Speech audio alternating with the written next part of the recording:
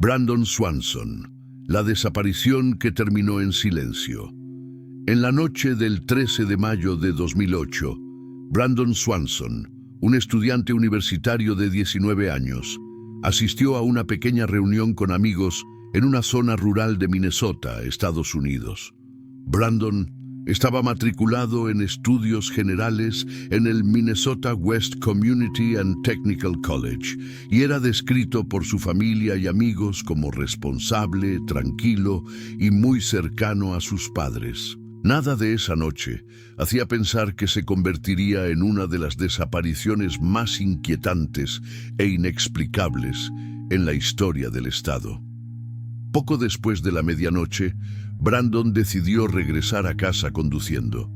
Creía conocer el camino de vuelta a la ciudad de Marshall, donde vivía con sus padres. Sin embargo, las carreteras rurales de Minnesota están llenas de caminos secundarios mal señalizados, rodeados de campos agrícolas, zanjas profundas y ríos estrechos. En algún momento del trayecto, Brandon tomó un giro equivocado y salió de la carretera, deteniendo su coche en un campo cerca del pequeño pueblo de Lind, aunque en ese momento no se dio cuenta de su ubicación real. Poco tiempo después, Brandon llamó a sus padres, Brian y Annette Swanson. Sonaba tranquilo y les dijo que se había salido de la carretera, pero insistió en que no estaba herido. Comentó que su coche parecía estar atascado y que no podía volver a ponerlo en la carretera. Cuando sus padres le preguntaron dónde se encontraba, Brandon dijo que creía estar cerca de Lind. En realidad, estaba a varios kilómetros de distancia, en una zona rural aislada y sin alumbrado público. Durante la llamada, sus padres le pidieron que se quedara junto al coche, pero Brandon pensó que podía ver luces a lo lejos. Creyendo que pertenecían a un pueblo cercano o a una carretera principal, decidió caminar hacia ellas. La llamada continuó mientras avanzaba en la oscuridad. Brandon describía lo que veía, mencionando cercas, campos abiertos y terreno irregular. En un momento dijo que estaba cruzando algo que parecía un pequeño arroyo o una zanja, pero no sonaba alarmado. La conversación duró aproximadamente 47 minutos. Cada vez más preocupados, sus padres intentaron ubicarlo usando los puntos de referencia que él mencionaba, pero nada coincidía con los mapas. Entonces, sin previo aviso, la llamada se quedó en silencio. Se escuchó un ruido repentino, como si el teléfono hubiera caído al suelo. La línea se cortó. Sus padres intentaron llamarlo repetidamente, pero el teléfono de Brandon iba directamente al buzón de voz. Brian y Annette contactaron de inmediato a las autoridades. Las labores de búsqueda comenzaron en las primeras horas de la mañana. El coche de Brandon fue encontrado con relativa rapidez, estacionado en un campo y sin daños importantes. No había señales de un accidente grave, volcadura o impacto violento.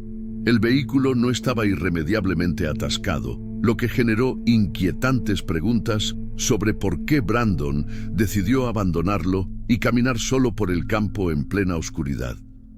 En los días siguientes, las autoridades llevaron a cabo una búsqueda extensa.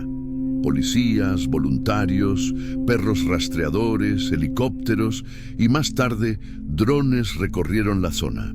El terreno incluía campos agrícolas, caminos de tierra, cercas, zanjas de drenaje profundas y el río Yellow Medicine. A pesar del enorme esfuerzo, se encontró muy poca evidencia. El único objeto personal confirmado fue el par de gafas de Brandon, halladas cerca de la orilla del río.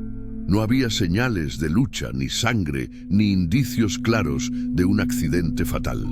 El hallazgo de las gafas llevó a los investigadores a considerar la posibilidad de que Brandon hubiera caído al río esa noche. Sin embargo, buzos entrenados registraron el río en varias ocasiones, así como tramos cercanos, sin éxito. No se recuperó ningún cuerpo y no hubo una explicación clara de cómo alguien podía desaparecer por completo en un río relativamente poco profundo que ya había sido revisado a fondo. Con el paso del tiempo, surgieron numerosas teorías.